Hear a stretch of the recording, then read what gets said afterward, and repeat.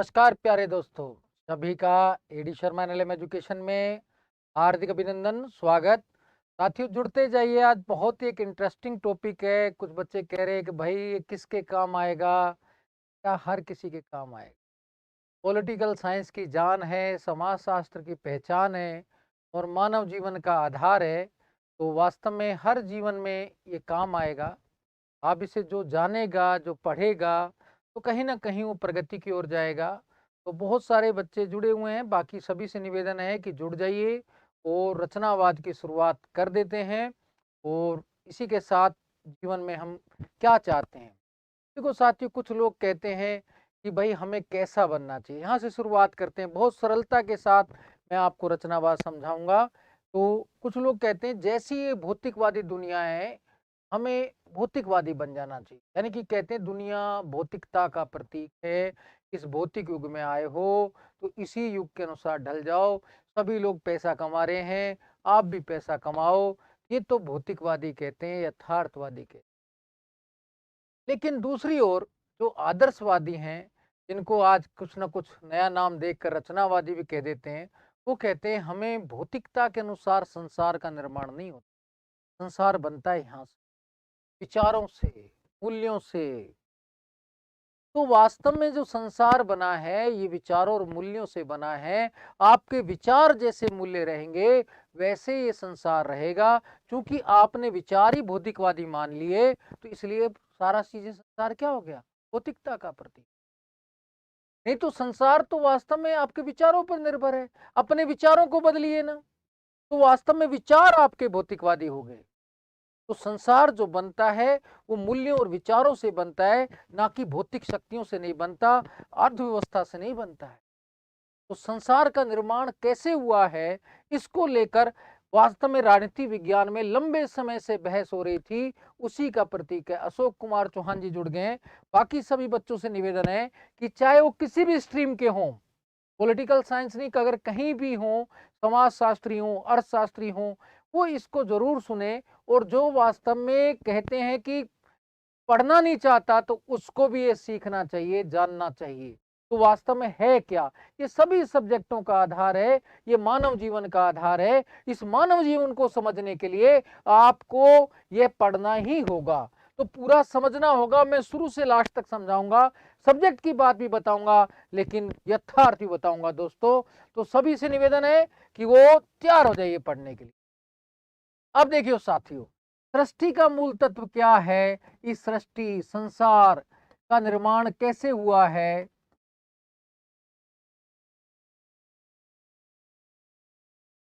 निर्माण कैसे हुआ है? भाई विचारों से हुआ है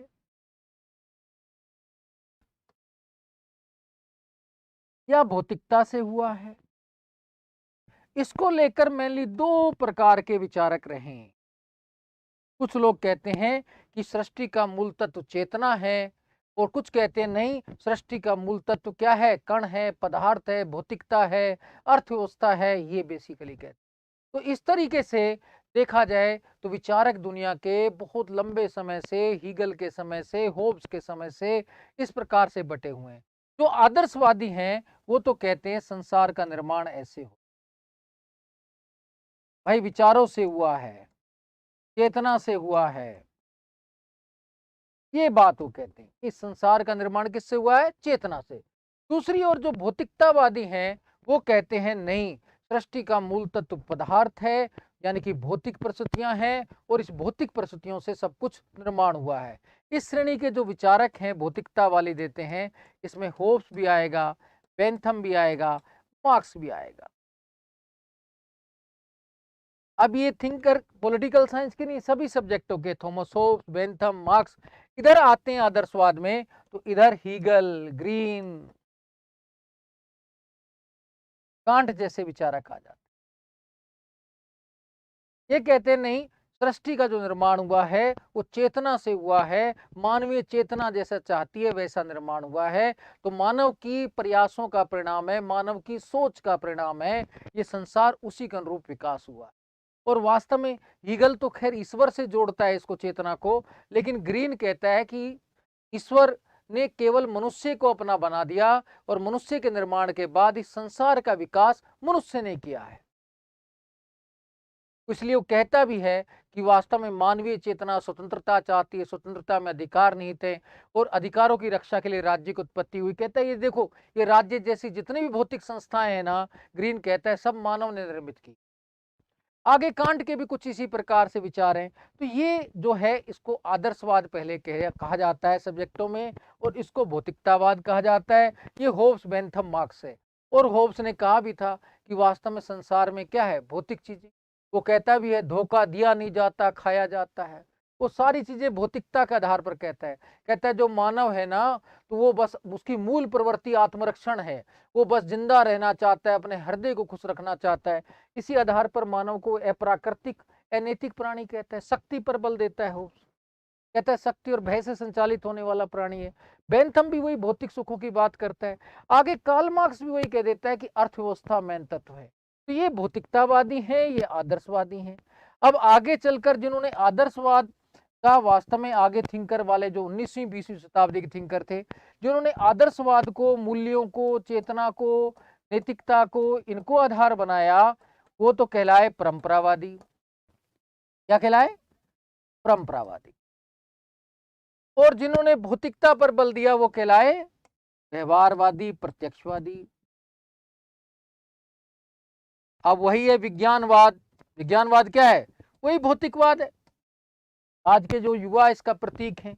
ये परंपरावाद हो गया, ये विज्ञानवाद हो गया। अब इतना बात पहले समझ आनी चाहिए। मैं दोबारा से टेबल बना के समझाता हूं, आपको अगर डर लगता है तो। वास्तव में पहले क्या कहा गया? आदर्शवाद। आदर्शवाद क्या कहते हैं? सृष्टि का मूल तत्व संसार का निर्माण किससे हुआ? चेतना से। अब वो मानवीय चेतना हो चाहे ईश्वरीय चेतना। चेतना का मतलब है मूल्य, नैतिकता जो हमारे दिमाग में रहते हैं उसी से। दूसरी तरफ कहते नहीं, संसार का निर्माण जो हुआ है वो भौतिकता से हुआ है।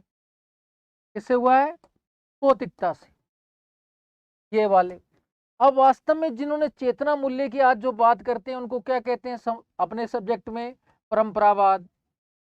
और जो कहते हैं नहीं भौतिकता से हुआ है उनको आज क्या कहते हैं? प्रत्यक्षवाद, व्यवहारवादी।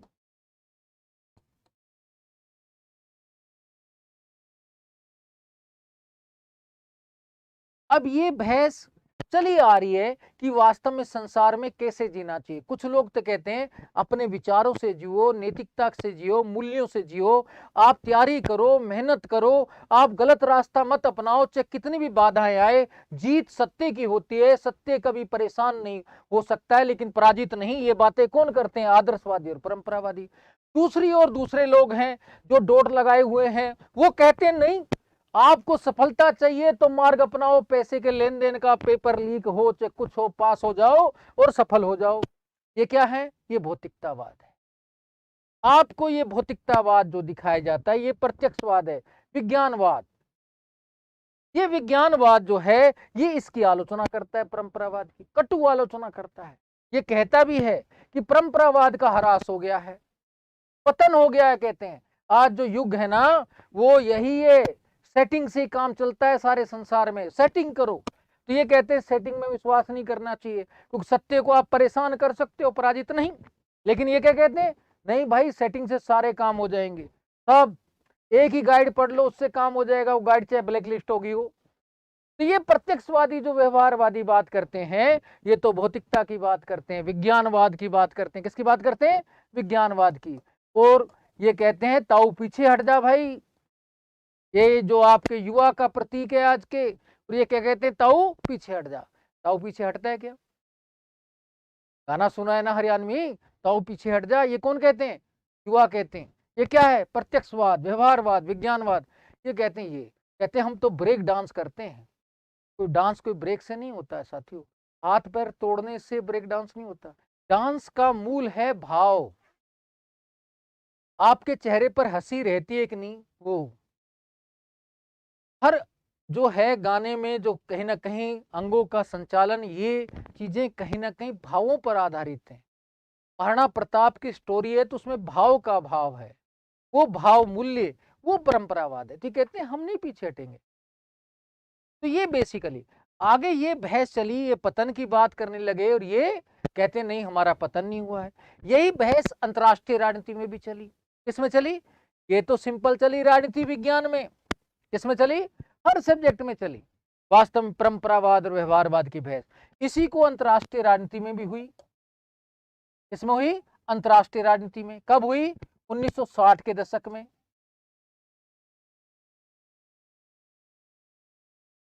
1960 के दशक में बहस हुई कि परंपरावादी सर्वोच्च है कि प्रत्यक्षवादी सर्वोच्च है। जैसे घर में भी कभी हो जाता है कि वास्तव में परंपरावादी मूल्य नैतिकता वाले यानी कि पिताजी सर्वोच्च हैं कि बेटा सर्वोच्च है जो टीवी चलाता है, बिल्कुल एकदम वैज्ञानिक है, ये चीजें कौन सर्वोच्च है? ये बहस अंतर्राष्ट्रीय राजनीति में भी चली। पहले तो कहाँ चली? अपना सिंपल राजनीति विज्ञान के अंदर, जो राज्य और व्यक्ति की बात करते। डेविड स्टन तो इधर थे, बाकी लोग इधर थे। ये आलोचना डेविड स्टन ने की भी थी। अब ये अंतर्राष्ट्रीय राजनीति में चली 1960 के दशक में। इसे कहते हैं अंतर्राष्ट्रीय राजनीति की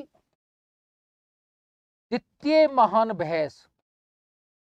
द्वितीय महान बहस। इसे कैपलान ने महानवाद विवाद कहा था। क्या कहा था? महानवाद विवाद।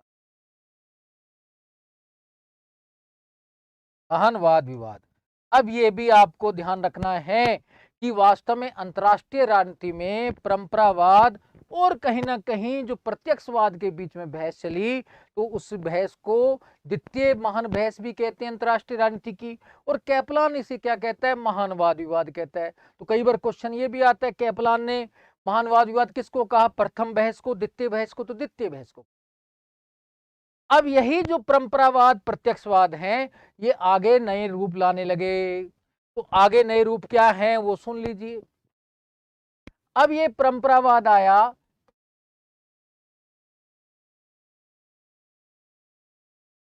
तो इधर क्या आया? व्यवहारवाद प्रत्यक्षवाद। अब इसके भी नए नए रूप आने लगे, उसके भी नए नए रूप आने लगे। जैसे व्यवहारवाद प्रत्यक्षवाद से प्रभावित होने लगे व्यवस्थावादी, नव यथार्थवादी,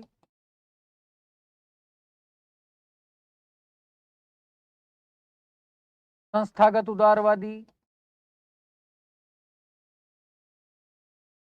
ये अब नए रूप में आ गया, यानी कि व्यवहारवाद भी अपने नए नए रूपों में उभरता रहा। जैसे युवा भी अपने नए नए रूपों में आते हैं। पहले तो कौन सा? टच स्क्रीन फोन, अब आईफोन, अब लैपटॉप वाला फोन, अब वास्तव में ऐसा फोन, अब ये नया फोन आ गया भाई। क्या आ गया? व्यवस्थावाद, नव यथार्थवाद, संस्थागत उदारवाद। ये अब इन्होंने विचारों ने, पुराने वालों ने भी अपना नया रूप दिखाया। इन्होंने नाम लिख दिया अब अपना उत्तर प्रत्यक्षवाद। क्या कह दिया? उत्तर प्रत्यक्षवाद। यानी कि उत्तर का मतलब है हम इसके विरोधी हैं, इस प्रत्यक्ष। अब ये बात आपको समझ आनी चाहिए। बस इस उत्तर प्रत्यक्षवाद से जुड़ा हुआ है रचनावाद। यानी कि रचनावाद भी क्या मानता है कि सृष्टि का मूल तत्व विचार है, नैतिकता है, मूल्य है, सोच है। हमारी जैसी सोच होगी वैसा समाज होगा। ये रचनावाद है।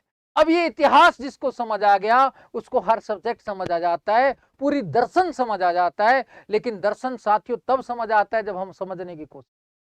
अब पीछे चलिए, मैं थोड़ा सा फिर एक बार रिपीट कर देता हूं कि सृष्टि का या संसार का विकास कैसे हुआ है, इसको लेकर दो मत रहे हैं दुनिया में। हर सब्जेक्ट में दो मत देखने को मिलते हैं। पहले कहते हैं विचारों से, मूल्यों से इस संसार का निर्माण हुआ है। इधर आते हैं आदर्शवादी। हीगल ने भी कहा है जो बुद्धिगम्य है वो वास्तविक है, जो वास्तविक है वो बुद्धिगम्य है। यानी कि दिमाग में जो आता है उसको हम परिणित कर देते हैं। वास्तव में ये जो वास्तविकता है ना, पहले हमारे दिमाग में ही आती है। जैसा हमारा दिमाग होगा वैसी हमारी सोच होगी और वैसे ही हम फिर कार्य करेंगे। अब पहले से हम सोच लेंगे हमें पढ़ने की जरूरत नहीं है, बहुत मेहनत नहीं कर सकते हम, तो हमारे बस की नहीं है, तो फिर आप गलत रास्ते पे जाओगे ही जाओगे, कहीं ना कहीं गलत तरीके से धन कमाओगे। क्योंकि सोच है मेहनत करने की नहीं, तत्काल परिणाम प्राप्त करने की। जैसे आज धैर्य का भाव है, कहते भी है धैर्य मानव जीवन की सफलता का मूल आधार है। धैर्य क्या है? एक मूल्य है। तो धैर्य पे कौन बल देगा? आदर्शवादी। और वास्तव में हम लोग यही कहते हैं कि धैर्य जितना बड़ा होगा, साम्राज्य भी उतना बड़ा होगा। तो ये आदर्शवादी तो चेतना, मूल्य, नैतिकता की बात करते हैं, लेकिन इधर भौतिकवादी कहते हैं नहीं भाई, धैर्य वेरे कुछ नहीं होता है, मनी मनी मनी मनी।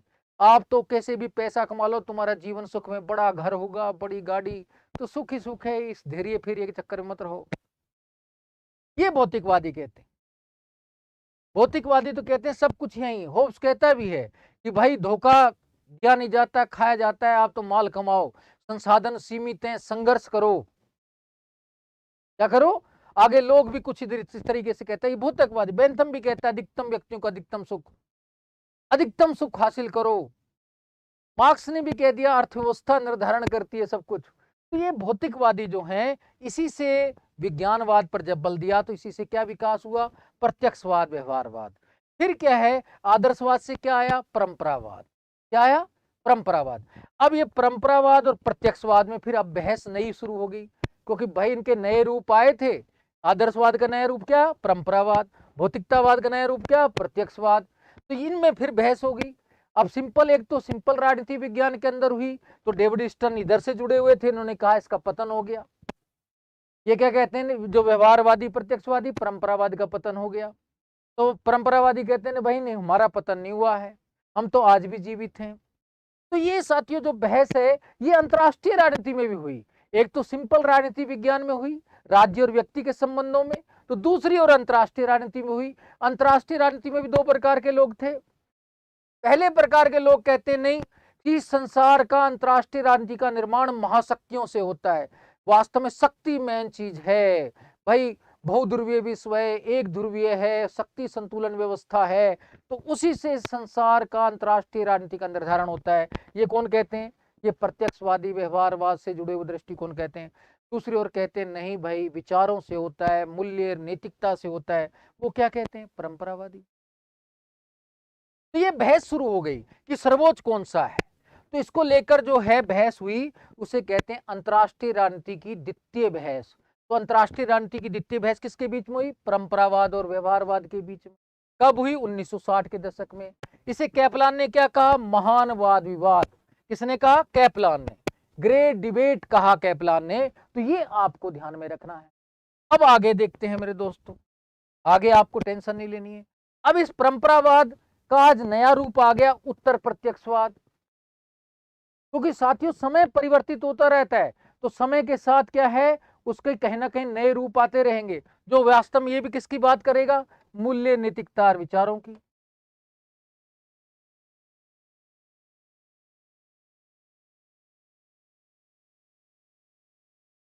ये उत्तर प्रत्यक्षवादी ज्यादातर अंतरराष्ट्रीय राजनीति की बात और करते हैं। किसकी बात करते हैं, अंतरराष्ट्रीय राजनीति, समाज की, अंतरराष्ट्रीय समाज की बात करते हैं। इधर व्यवहारवाद प्रत्यक्षवाद में भी आए, व्यवस्थावादी, नव यथार्थवादी, संस्थागत उदारवादी। तो ये क्या करेंगे, इनकी आलोचना करेंगे। क्या करेंगे, आलोचना। अब पहली चीज आपको ये ध्यान रखना है कि वास्तव में जो रचनावाद है उत्तर प्रत्यक्षवाद से जुड़ा हुआ है। ये नव यथार्थवाद का, संस्थागत उदारवाद का, व्यवस्थावाद का, मार्क्सवाद का आलोचना करता है। अब ये बात क्लियर होनी चाहिए। और इसके अनुसार सृष्टि का विकास विचारों से होता है, अंतरराष्ट्रीय राजनीति का निर्माण विचारों से होता है, मूल्यों से होता है, नैतिकता से होता है, शक्ति से नहीं होता।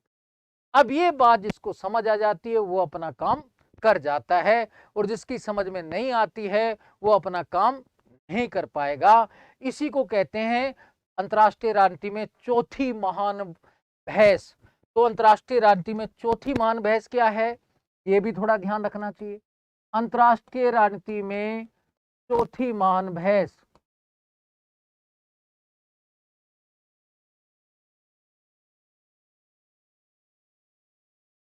ये किन के बीच में हुई, ये हुई है बेसिकली,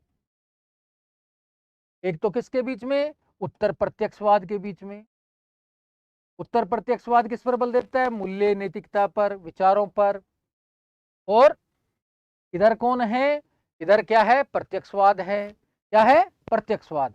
और प्रत्यक्षवाद से जुड़े हुए लोग हैं, मेनली नव यथार्थवाद, नव संस्थागत, ये।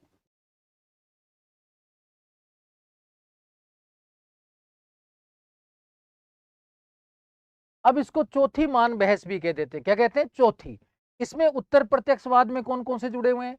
रचनावाद, उत्तर आधुनिकतावाद,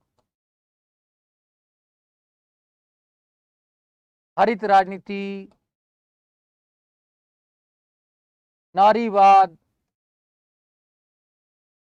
ये। अब आपको ये थोड़ा सा ध्यान रखना है कि रचनावाद मेनली आलोचना करता है नव यथार्थवाद की। किसकी आलोचना करता है? नव यथार्थवाद की। इसका उद्भव कब हुआ है? 1980 के दशक में। तो 1980 के दशक में ही ये बहस शुरू हुई थी। अब आप रचनावाद समझ सकते हैं मेरे दोस्तों। आपको ये तो समझ आ गया होगा कि दूसरी बहस क्या है, चौथी बहस क्या है। तो उसी बहस से कहीं ना कहीं आपको पहले शुरुआत करनी है कि अंतर्राष्ट्रीय राजनीति की चौथी महान बहस जो हुई थी उसी से संबंधित है उत्तर प्रत्यक्षवाद और रचनावाद। और यानी कि जो रचनावाद है ये उत्तर प्रत्यक्षवाद का रूप है। और ये किसकी आलोचना करता है? प्रत्यक्षवाद नव यथार्थवाद की आलोचना करता है। और वास्तव में रचनावाद के जो मेन जनक थे अलेक्जेंडर वेंटेड, वो कहीं ना कहीं नव यथार्थवादी केनेथ वाल्टज की ज्यादा आलोचना करते हैं। तो अब मैं धीरे धीरे लिख के बताता हूं, अब आप आराम से ध्यान रखना है। रचनावाद उत्तर प्रत्यक्षवाद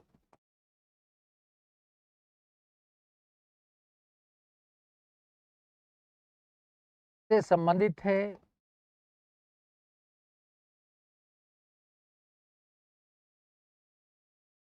इससे संबंधित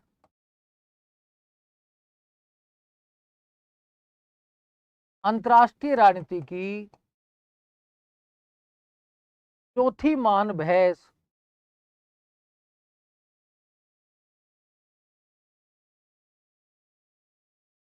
1980 के दशक में हुई थी।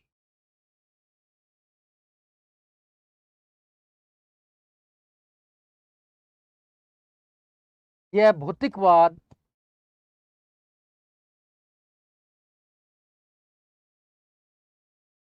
शक्तिवाद,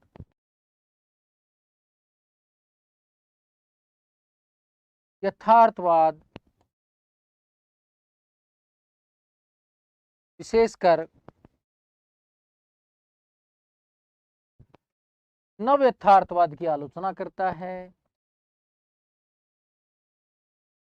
क्योंकि इसके समय प्रभाव किसका था?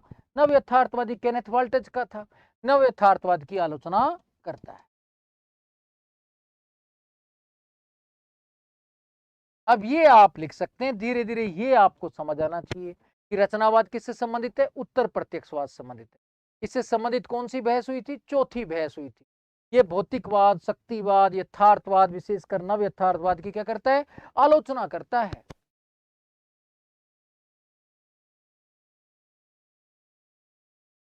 बिल्कुल बेटा, सबके बारे में बनाएंगे, लेकिन जो सिलेबस के टॉपिक हैं उन पे भी चलेंगे और बाकी भी ज्ञान आपको देंगे। आनंद लीजिए। बहुत सारे बच्चे जुड़े हुए हैं, मीनू जी, माजिद अली, प्राची पांडे, सुधा कुलहरी और यादव जी, और बिल्कुल और अंसारी जी, सभी का बहुत बहुत अभिनंदन है, स्वागत है। लेकिन साथियों, मेरा इतना सा निवेदन है कि आप बस वीडियो को शेयर कर दें और आप शेयर करके सभी लोगों से कह दें कि ज्ञान लें। आज वास्तव में ऑनलाइन मंच का भी सदुपयोग किया जा सकता है, क्योंकि इससे भी विचारों का निर्माण हो सकता है। ये जरूरी नहीं होता कि पॉलिटिकल साइंस के बच्चे जुड़े। आप हिस्ट्री में भी ये टॉपिक है, ज्योग्राफी में भी है, सब में आएगा। अगर आप इसको वास्तव में सबको प्रेरित करेंगे, जीवन के आधार को समझेंगे, तो आपको दिक्कत नहीं आएगी। ठीक है, पॉलिटिकल साइंस वाले बच्चों को विशेष ध्यान देना है क्योंकि उसके थोड़े टॉपिकों के नाम ज्यादा आ जाएंगे, लेकिन ये ज्ञान सबके काम आएगा। अब ये नव यथार्थवादी केनेथ वाल्टज क्या कहते हैं वो ध्यान में रखना। नव यथार्थवादी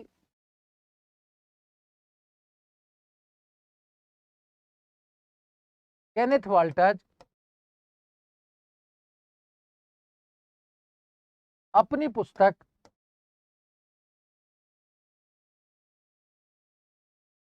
ए थ्योरी ऑफ इंटरनेशनल पॉलिटिक्स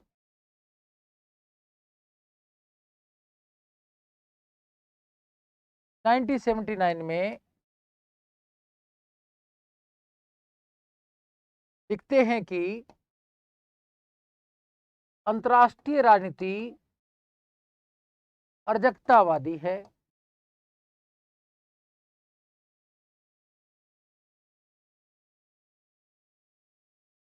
क्योंकि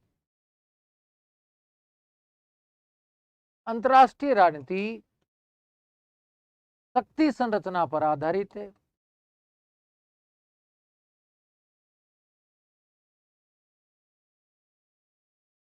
अब इन्होंने कह दिया अंतर्राष्ट्रीय राजनीति अर्जकतावादी है क्योंकि शक्ति संरचना पर आधारित है, क्योंकि महाशक्तियां यहाँ काम करती हैं, कोई पूरी वैश्विक शक्ति काम नहीं करती है, महाशक्तियों ने कर दिया। ये स्ट्रक्चर ऑफ इंटरनेशनल सिस्टम की बात भी करते हैं।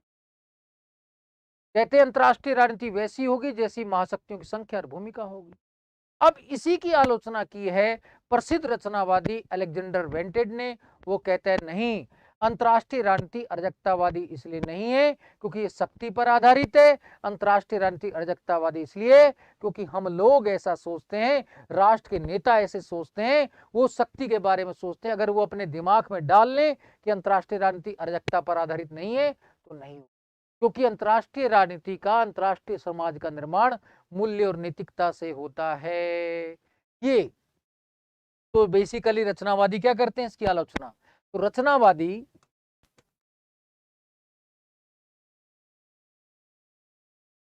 नव यथार्थवाद की आलोचना करते हुए कहते हैं कि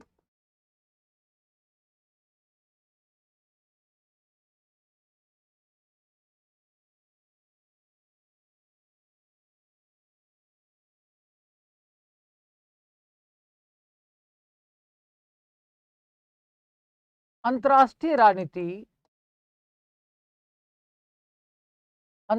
राजनीति की संरचना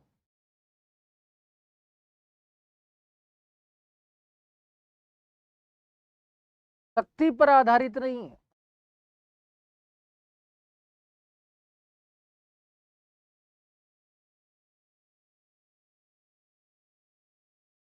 अपितु विचारों और मूल्यों की संरचना पर आधारित है। वास्तव में इस स्ट्रक्चर का निर्माण दो प्रकार से होता है, एक भौतिक दुनिया से, एक वैचारिक दुनिया से। तो कहते हैं वैचारिक दुनिया से अंतर्राष्ट्रीय राजनीति निर्धारित होगी, नेता जैसे सोचेंगे वैसी अंतर्राष्ट्रीय राजनीति। अब हमारे दिमाग में पहले ही आ जाता है अमेरिका शक्तिशाली है तो हमें अमेरिका के साथ रहेंगे तो हमारे हित पूरे होंगे। तो साथियों आप पिछलग्गू ही बनोगे। जब आप सोच लोगे कि ये बड़ा नेता के काम कर देंगे तो हमें पास करा देगा, तो फिर आपकी सोच वही है, आप ज्ञान तो अर्जित नहीं करेंगे। वो मुझे पेपर दिला देगा तो फिर तो आप यही काम करेंगे। सोच ही तो मैन है। पेपर लीक होता है ये समाज को निर्धारित नहीं करता, हम पेपर को खरीदते हैं, पेपर लीक का समर्थन करते हैं, उससे समाज निर्धारित हो रहा है, भौतिकवादी हो रहा है। अगर हम ये सोच ले कि हमें पेपर से लीक को लेना ही नहीं है तो बेचेंगे क्या, कुछ नहीं बेच सकते। जब हमारे विचार गलत होते हैं तो उसी से समाज का निर्माण होता है। तो यही बात वो कह रहे हैं कि वास्तव में देखा जाए तो अंतर्राष्ट्रीय राजनीति की संरचना शक्ति से निर्धारित नहीं होती, विचारों मूल्यों से निर्धारित होती। इसका अस्तित्व लोगों की चेतना पर निर्भर है। अंतर्राष्ट्रीय समाज का अस्तित्व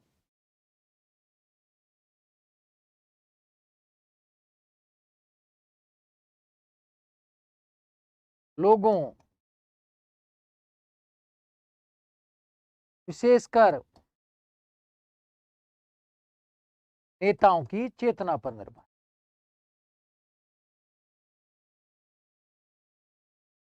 क्योंकि हमारी चेतना है ना वो, अब चेतना ही तो हमारी सो रही है। अगर सिंपल कहते हैं कि पेपर लीक का विरोध करो, सर हम करेंगे तो हमें दिक्कत है, वो तो मंत्री हैं, कोई कहेगा वो मंत्री नहीं, वो तो पता नहीं मुख्यमंत्री बन गए हैं।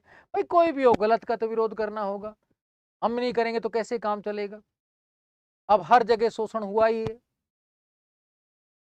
मैं भी कांग्रेसी था, मैंने भी देखा कि वास्तव में बहुत गलत किया सरकार ने, तो मैं चुप्पी साध गया, मैंने प्रचार नहीं किया। क्योंकि मैंने कहा भाई कैसे प्रचार करूं, आप तो गलत कर रहे हैं। तो समझाया भी, आप नहीं माने।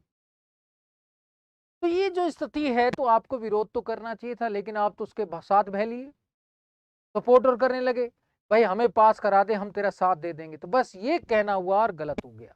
ये कहता है हमारा अस्तित्व ना नेताओं की जितनी चेतना है, नेताओं को भी सोचना चाहिए कि भाई मूल्य पर बल देना है हमें, ना कि शक्ति पर।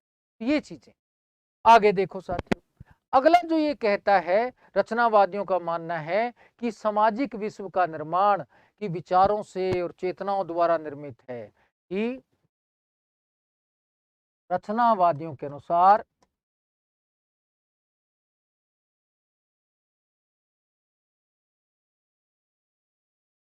सामाजिक विश्व का निर्माण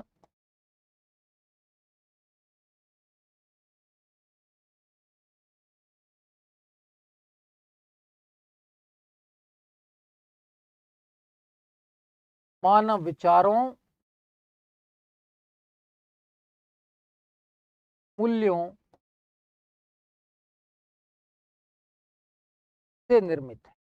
तो जैसे मानव के विचार होंगे वैसा विश्व होगा, वैसा समाज होगा। जब हम भौतिकवादी होंगे, हम तत्काल फल चाहने वाले होंगे, हमें भौतिक विलासिता का जीवन चाहिए, तो समाज भी ऐसा होगा। होब्स कहता भी है मानव प्रकृति वैसी है जैसी मैं बताता हूं, कि जैसे हम हैं वो कहते हैं वो गलत है। पहले आप अपने अंदर देखो आप सही हैं क्या। तो ये चीजें आपको ध्यान रखनी है। तो कहते हैं जैसे विचार हैं, तो विचारों से समाज बनता है, तो विचारों में शुद्धता लाओ और अपना काम अच्छे से कर लो। ये बेसिकली कहता है। तो वास्तव में कहता है कि ये तो सामाजिक विश्व विचारों से निर्मित होता है। सामाजिक विश्व भौतिक नहीं है, सामाजिक विश्व भौतिक नहीं है, यानी ये भौतिक नहीं है। ये इसने कहा है। ये सामाजिक विश्व को भौतिक नहीं मानते, कहते हैं अंतरराष्ट्रीय राजनीति भौतिक है। कहता है गलत है, ठीक है ना। तो कहता है कि वास्तव में जो सामाजिक विश्व है वो नए विचारों के सहयोग पर निर्भर है। किस पर निर्भर है? नए विचारों के। अब रचनावाद के तीन तत्व भी देखते हैं। तीन तत्व क्या है रचनावाद के? तीन तत्व।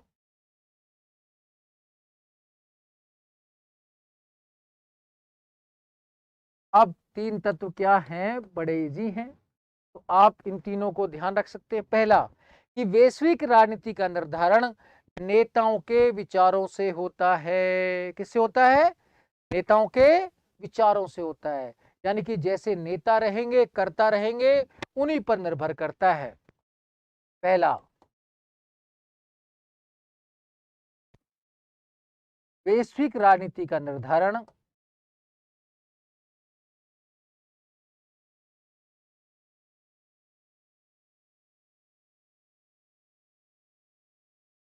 राजनीतिक कर्ताओं यानी कि नेताओं, एक्टर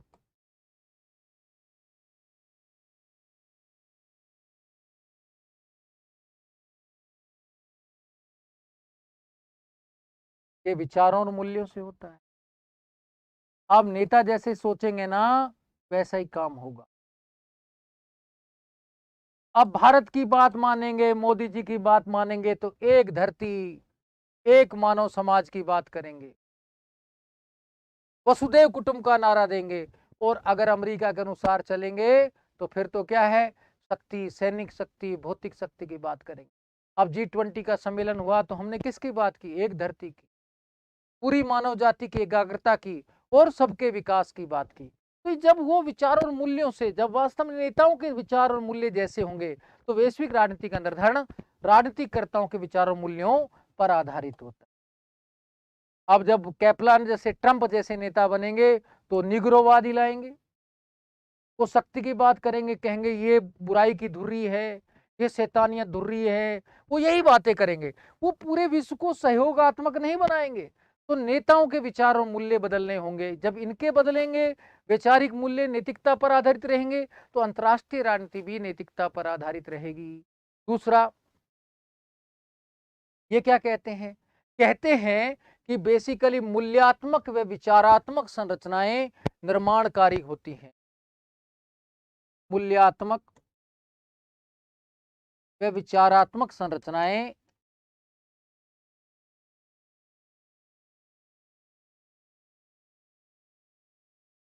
निर्माणकारी होती हैं।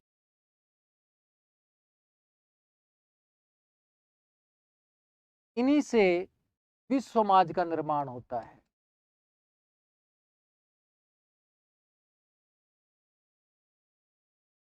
विश्व समाज का निर्माण होता है। फिर कहता है राजनीतिक कर्ताएं और ये वैचारिक संरचनाएं दोनों जुड़ी हुई हैं। तीसरा क्या है कि राजनीतिकर्ता और वैचारिक संरचनाएं दोनों जुड़े हुए हैं। भाई सिंपल है, जैसे विचार रहेंगे ना, भौतिकवादी विचार नहीं होंगे, मूल्य नैतिकता पर आधारित रहेंगे, दोनों निर्भर हैं। भाई नेताओं के दृष्टिकोण बदलने की जरूरत है, आपका दृष्टिकोण बदलने की जरूरत है। कहते हैं पेपर लीक रोक दो, पेपर लीक तभी रुकेगा जब आप लोग खरीदना बंद कर देंगे। ये सत्य का अंश है। जब आप कहते हैं ना कि वास्तव में भ्रष्टाचार मुक्त कब होगा, अब्दुल कलाम जी ने कहा था कि वास्तव में इसके लिए 3 व्यक्तियों को महत्वपूर्ण मानना होगा। वास्तव में टीचर को, प्राइमरी शिक्षक को और माता पिता को।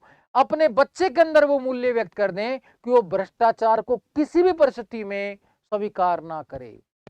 0 टॉलरेंस की नीति होनी चाहिए करप्शन के विरुद्ध। जब हम लोग ये प्रण ले लेंगे कि चाहे हम फेल हों चाहे पास हों, हम पेपर लीक वाले प्रकरण में नहीं शामिल होंगे, पेपर नहीं लेंगे, मेहनत से बनेंगे, हम अपनी आत्मा से बनेंगे, तो साथियों पेपर लीक वाले किसको बेच लें?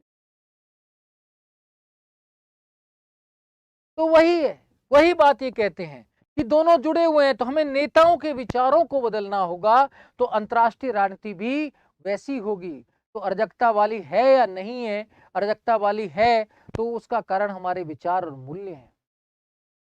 तो ये बेसिकली आपको ध्यान रखना है। आगे साथियों देखो, अब रचनावाद शब्द का सर्वप्रथम प्रयोग किसने किया था? रचनावाद शब्द का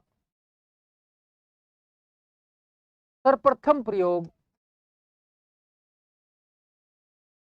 करने वाले विद्वान थे, एक बहुत महान विद्वान हैं, इनका नाम आपको ध्यान में रखना है ना, निकोलस ओनेफ। क्या नाम है? मैं पेन बदल देता हूं, निकोलस ओनेफ।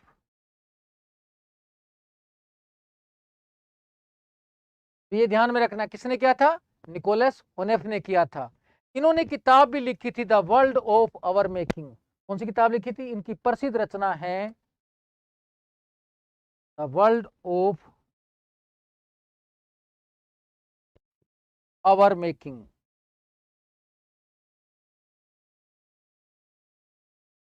ये किताब भी आपको अगर ध्यान रहेगी तो बहुत अच्छी बात है। सन भी ध्यान रखना चाहते हैं तो 11 कम 2000 है, 1989 है। अब कैसे भी आप लिख सकते हैं, है ना।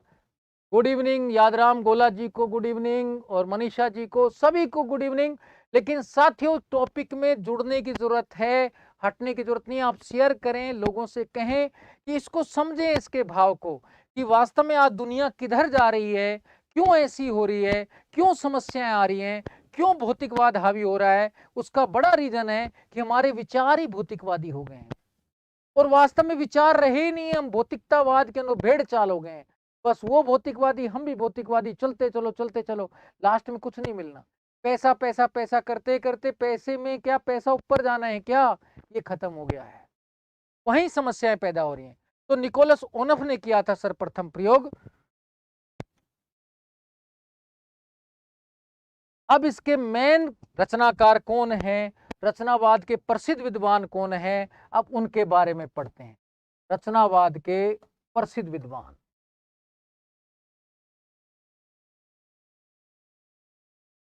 क्या नाम है उनका? अलेक्जेंडर वेंटेट। अलेक्जेंडर वेंडेट। अब ये आपको ध्यान है, ये अलेक्जेंडर जो वेंडेट है, यानी कि डे आधा आएगा इसलिए मैंने हलंत लगाया है, तो ये ध्यान रखना है। अलेक्जेंडर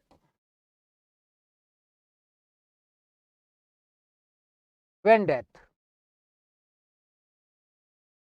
ये अंग्रेजी बनेगी। ये है। अब ये क्या थे, कौन थे, इनके बारे में पूरा मैं आपको बताता हूं, और इनके बारे में आपको पूरा जानना भी होगा। नरेंद्र कौर भी जुड़े हैं, और पढ़ाओ सा गुड इवनिंग, यादराम जी सभी को गुड इवनिंग।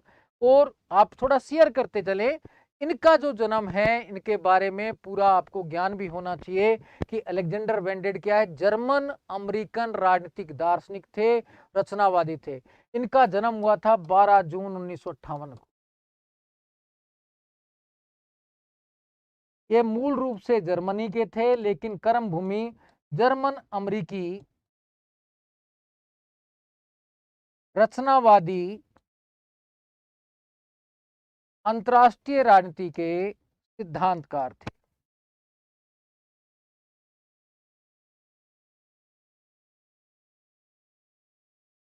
क्या थे? सिद्धांतकार। ये ध्यान में रखना है, इसमें आपको गड़बड़ नहीं करना।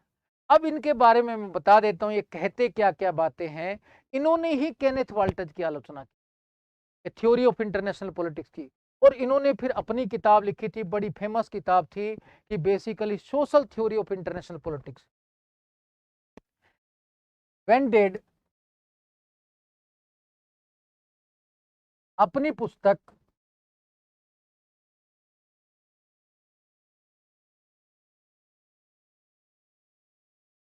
Social theory of international politics में पूरा लिख देता हूं, आपको दिक्कत ना आए तो। इंटरनेशनल पॉलिटिक्स में कब की है? 99 की।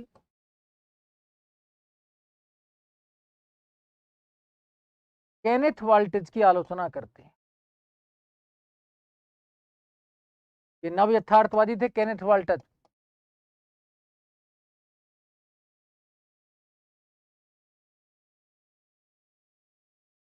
की आलोचना करते हैं।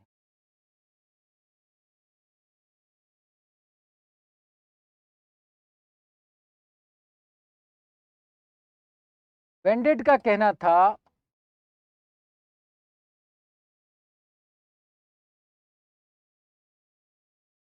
कि वाल्टज ये गलत कहते हैं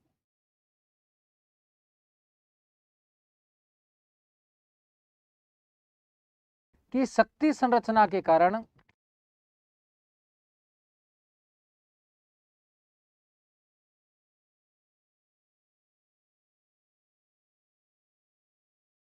अंतर्राष्ट्रीय राजनीति अराजकता वाली है। अराजकता का मतलब कोई कानून नहीं है, भय ही भय है, समस्या ही समस्याएं हैं, कोई भी युद्ध वाली स्थिति है, कोई भी जीत लो, कोई कानून व्यवस्था नहीं है, बस कोई सहयोग की भावना नहीं है। अराजकता तो वो स्थिति, अंतर्राष्ट्रीय राजनीति अराजकता वाली है। अब साथियों, वास्तव में कहना गलत है। केनेथ वाल्टज ने जो कहा था ना कि अंतर्राष्ट्रीय राजनीति अराजकता वाली है, क्या अंतर्राष्ट्रीय राजनीति में सहयोग नहीं मिलता? वैसे ही साथियों, जैसे आप लोग कहते हैं कई बार कि अब समाज में भौतिकवादी हो गया, कहीं सहयोग नहीं है, कोई नैतिकता नहीं है, किसी पे विश्वास नहीं किया जा सकता। अरे भाई, जब आप तो किसी पे पहले एक बार विश्वास कर लो। अब आप हंसेंगे कि वास्तव में नए नए बच्चे आके कहते मुझसे कि सर हम तो डेमो लेंगे। किसका डेमो लोगे मेरा भाई? क्या डेमो लोगे आप? मैं पिछले 25 वर्षों से पढ़ा रहा हूं, आप क्या डेमो लेंगे? मैंने आईएएस के बच्चों को पढ़ाया है, आरएस के बच्चों को पढ़ाया है, नेट जेआरएफ के बच्चों को पढ़ाया है, और इवन जो असिस्टेंट प्रोफेसर से प्रमोशन की यूपी में तैयारी करने वाले आए थे उनको पढ़ाया है, रिसर्च स्कॉलर जो कहते हैं हाई लेवल के, उनको भी क्लास दी है। तो आप मुझे कैसे, मेरे को 2 दिन में जज कर लोगे? लेकिन डेमो चाहिए। क्या चाहिए? क्योंकि विश्वास नहीं है। क्या नहीं है? विश्वास। उन्हें विश्वास किससे होता है? भौतिक संरचनाओं से। अब मैं अभी एक संस्थान से जुड़ा हुआ था, संस्थान से जुड़ा हुआ क्या था कि मैंने उनसे छोटा सा क्लासरूम ले रखा था, उसमें डिजिटल बोर्ड भी नहीं था, और जो भी मेरा कोई बच्चा आता था तो मैं कहता था यहाँ बैठ के पढ़ ले व्हाइट बोर्ड पे बेटा, मेरे पास फिलहाल यही व्यवस्था है। तो कई बच्चे कहते थे सर यहाँ तो वो तो है ही नहीं, एसी वेसी तो चल ही नहीं रहा। यानी कि उनको पहले भौतिक चीजें चाहिए। वो तो केनेथ वाल्टज की तरह है, क्योंकि विचार ही ऐसे हैं। पढ़ाई विचार पढ़ने से होती है कि या विचारों से होती? विचारों से होगी। जब आप मन से प्रण लेकर आएंगे मुझे पढ़ना है, तो आपको समझ भी आएगा। अब कई बच्चे बस क्या है, क्या क्लास देखना यूट्यूब में, छोड़ो और चलो, कुछ नहीं होता है ये। अब कई वास्तव में सुनने की कोशिश करते हैं तो उनको समझ भी पक्का आएगा। दीपक कुमार जी, बिल्कुल आपका स्वागत है। तो कहते हैं अंतर्राष्ट्रीय राजनीति अराजकता वाली है, तो कहते हैं शक्ति के कारण नहीं है, विचारों के कारण है। किसके कारण है? विचारों के कारण है। वेंडेड का कहना है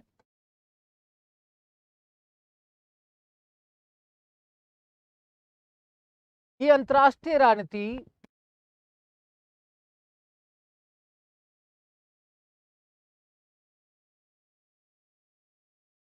की अराजकता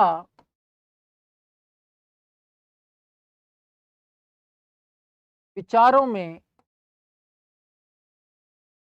मूल्यों में निहित है। क्यों? हमारी सोच ही ऐसी हो गई है कि किसी पे विश्वास नहीं करना चाहिए, होप्सवादी बन गए हैं, होप्सियन संस्कृति हो गई है। होप्सियन संस्कृति में आस्था रखने लगे, कोई किसी पे विश्वास नहीं करना चाहिए, किसी पे विश्वास मत करो। आज बस क्या करते हैं, जो आपको पागल बनाएगा उस पर विश्वास करो। जैसे ऐड होता है ना, ऐड कि वास्तव में ये साबुन ले लो, इसका आपका रंग गोरा हो जाएगा।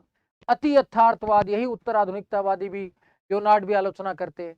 आज आपके सामने बिल्कुल झूठा यथार्थवाद पेश किया जा रहा है, आप उसी को सच मानने लग गए हैं। आपके विचार ही भ्रमित हो चुके हैं कि आपके विचार बिल्कुल भौतिकवादी बन चुके। तो मूल्य नैतिकता पर आधारित होने चाहिए। अराजकता क्या है? विचारों मूल्यों में निहित होती है। तो आपके चूंकि विचार ऐसे हैं, अराजकता वाली मानते हो इसलिए। अगर आप मानोगे नहीं है कि आपके भाई नैतिकता और सहयोग है, तो अराजकता नहीं रहेगी। एनार्की कब रहती है? जब आप शक्ति पर आधारित मानोगे तब। ये बात वो कहते हैं। तो ये आपको ध्यान रखना है ना, कि मूल्य विचारों में निहित है, विचारों मूल्यों में निहित है, शक्ति में नहीं, शक्ति में नहीं।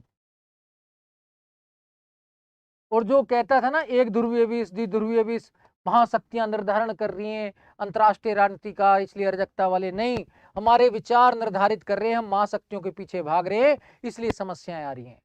ये आपको ध्यान रखना है। तो ये वेंटेड का कहना है कि अंतर्राष्ट्रीय राजनीति अराजकतावादी क्यों है? क्योंकि हमारे विचार और मूल्य कुछ न कुछ परिवर्तित हो गए। तो पहले अपने विचारों और मूल्यों को चेंज करो, उसी से कुछ होगा। अराजकता वह है जिसे राज्य स्वयं निर्मित करते हैं। कहते भी हैं वेंडेड के शब्दों में,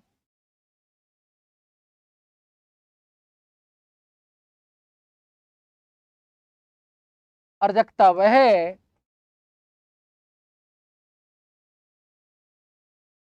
जिसे राज्य निर्मित करते हैं।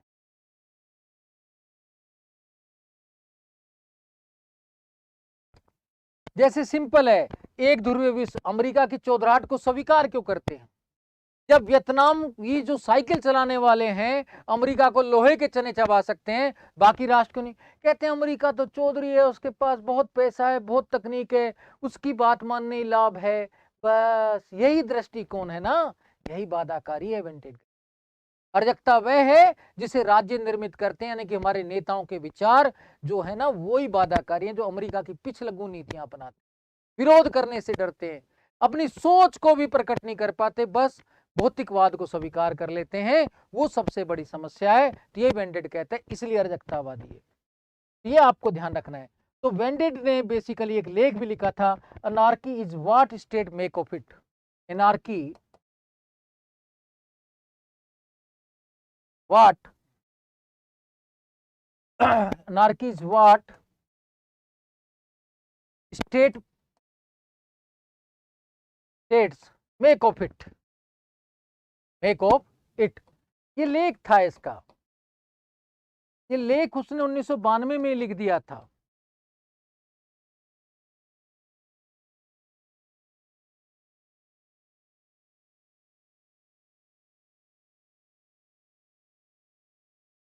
अराजकता अंतर्राष्ट्रीय राजनीति में राज्य की देन है, राज्य और नेताओं की देन है। ये कर्ताओं की देन है, नेताओं की देन है। ये मानते हैं अमेरिका ऐसा है, भाई सोवियत संघ के अमेरिका में एक गुट में शामिल होकर जी सकते हैं, अब सहयोग तो कुछ नहीं है, परमाणु महाशक्तियां परमाणु बम से हमला कर देंगे। किस पर हमला हुआ? परमाणु वियतनाम पर हुआ, क्यूबा पर हुआ, लेकिन भय रहता है। इस भय से कहीं ना कहीं ये जो भौतिकवादी भय है ना कि भाई हमें तो प्रगति करनी है, वो कहते भी हैं वैश्वीकरण अपनाओ, दिन दुगनी चौगनी प्रगति करो, ये पैसा हम ऋण पे दे देंगे, नई तकनीक दे देंगे, आप हमारी बात मान लो, बस ये लालच जो है ना ये कहीं ना कहीं नैतिकता को खत्म करता है और इसलिए अराजकतावादी हम बना देते हैं और अंतर्राष्ट्रीय राजनीति को महाशक्तियों के हवाले कर देते हैं। ये मेनली स्थिति हुई थी, यही बात कहीं ना कहीं अलेक्जेंडर वेंटेड कहते हैं। अब आगे अलेक्जेंडर वेंटेड के कुछ कथन हैं, तो वो कथन भी ध्यान रखना है, पहले उससे पहले 3 संस्कृतियां बताते हैं, मैं वो बता देता हूं। अलेक्जेंडर वेंटेड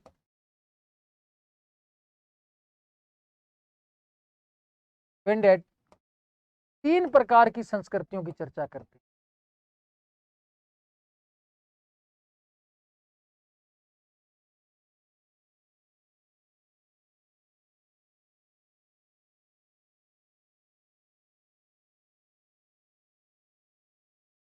ए होब्सियन संस्कृति, पेन बदल देता हूं आपको, ध्यान से सुन लेना।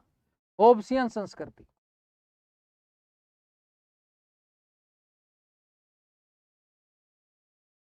जो किस पर आधारित है? शत्रुता पर आधारित है, बस हम हर किसी को शत्रु मानते हैं।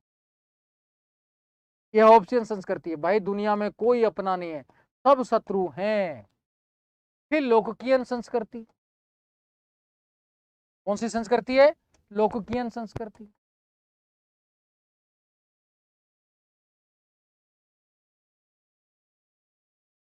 यह प्रतियोगिता पर आधारित है, भाई प्रतियोगी समाज है, ज्यादा संघर्ष करो, इसी में आपको प्रतियोगिता पर आधारित है,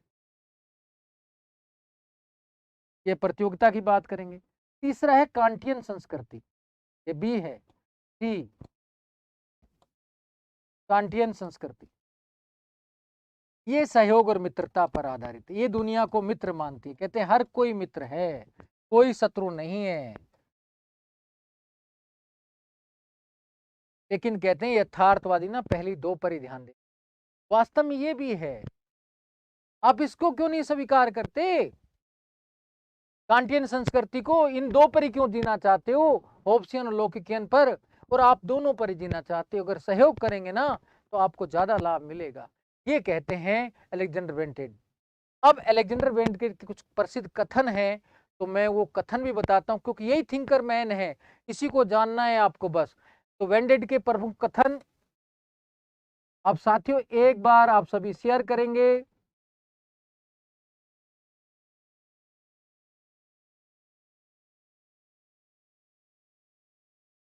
पहला कहता है पहचान हितों का आधार होती है और इनका निर्धारण गैर भौतिक संरचनाओं से होता है। पहचान हितों का आधार होती है,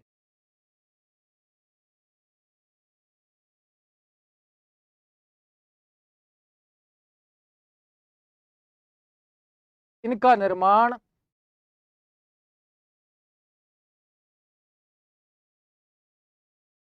गैर भौतिक संरचनाओं से होता है।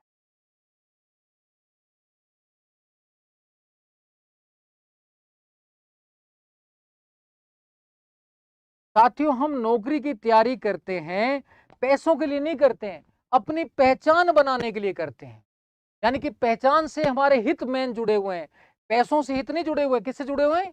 पहचान से। और पहचान किससे निर्मित होती है? भौतिकता से नहीं, विचारों से। कोई टीचर बनना पसंद करता है, टीचर के पास कहाँ पैसे रहते हैं? प्रॉपर्टी डीलर के पास ज्यादा पैसे रहते हैं, फिर भी हम टीचर बनना चाहते हैं, क्योंकि हम गैर भौतिक संरचनाओं पर बल दे रहे हैं।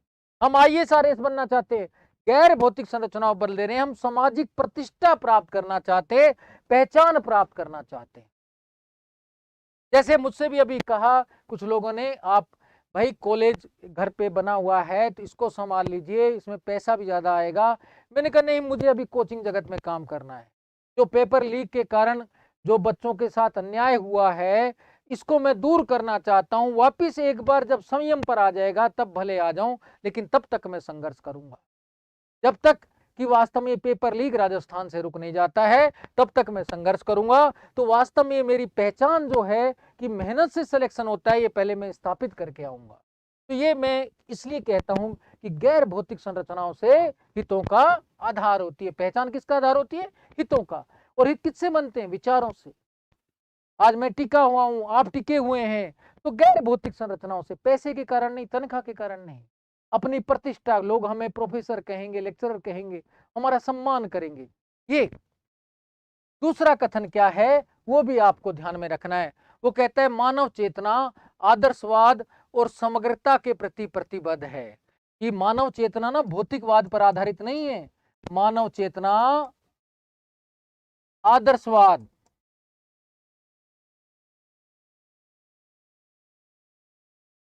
और समग्रवाद का मतलब वैश्विकता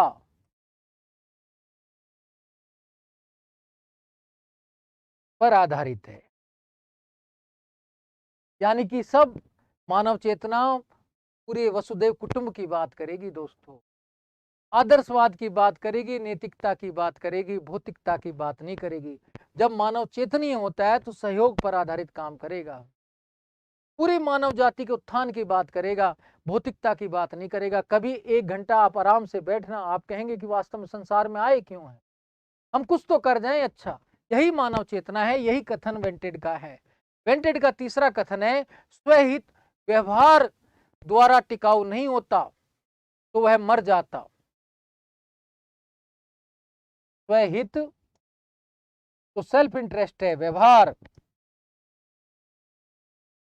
चेतना द्वारा टिकाऊ नहीं होता तो मर जाता।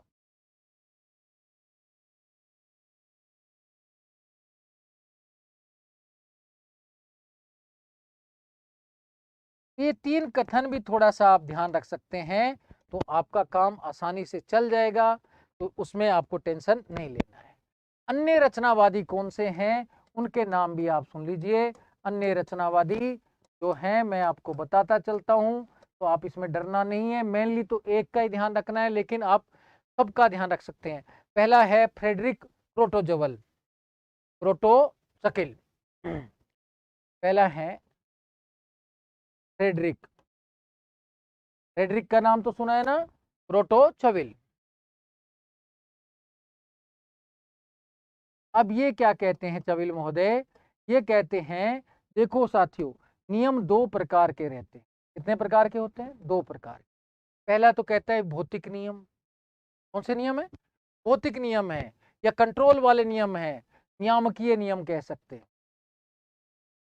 जो नियंत्रण की बात करते हैं।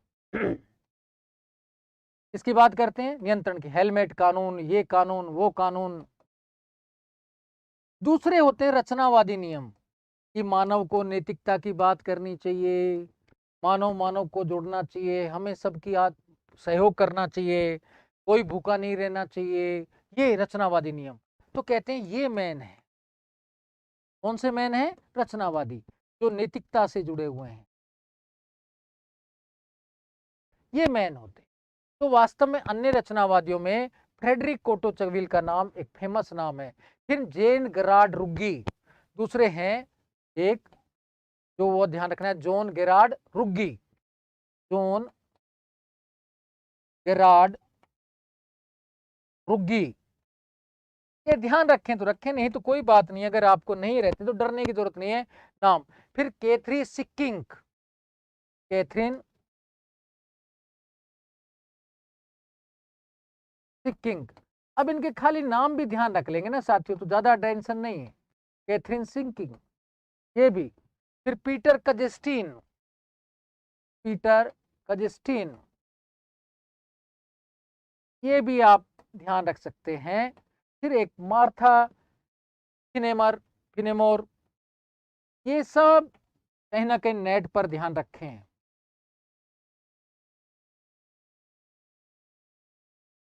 मार्था फिनेमोर भी ध्यान रखना है, मिशेल बार्नेट। तो ये आप ध्यान रख सकते हैं तो रखना चाहें तो, नहीं तो कोई दिक्कत नहीं है, नहीं तो आप अपना काम वैसे भी कर सकते हैं साथियों।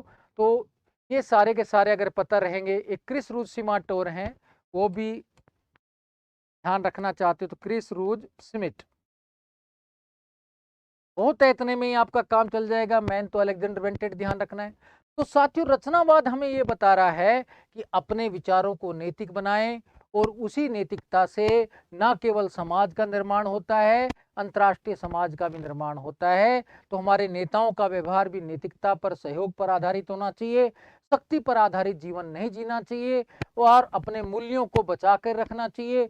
इसी से समाज का निर्माण होगा। मेन चीज चेतना है, भौतिकता नहीं। भौतिकता के पीछे ना भागें, अपनी चेतना के पीछे भागें, सामाजिक प्रतिष्ठा के पीछे भागें कि पैसों के लिए मरना नहीं चाहिए, बल्कि जीना है हमें। पैसा जीवन के लिए है, जीवन पैसे के लिए नहीं। ये मूल्य, ये रचनावादी कहते हैं। पैसा किसके लिए? हमारे लिए, हम पैसे के लिए नहीं। और लेकिन आज के भौतिकवादी क्या कहते हैं? पैसा है तो जीवन है, किडनी खरीद लेना। किडनी लगती है क्या कभी दूसरे में? भूल जाते हैं कहां से लगेगी। आप खरीद लेंगे भले, लेकिन लगाएंगे कैसे? वो तो ऊपर वाले ने लगाई है ना। किसी का दिमाग खरीद लेंगे क्या आप? फिट कर लेंगे अपने में दिमाग? नहीं होता है। तो ये जो भौतिकता का अंश है ना, ये इसको खत्म करना होगा। यही रचनावादी कहते हैं, इस सोच को खत्म करना। तो साथियों, रचनावाद आज कंप्लीट हुआ। इसको आप जानें, समझें और इसका प्रचार प्रसार करें। धन्यवाद दोस्तों। जय हिंद, जय भारत।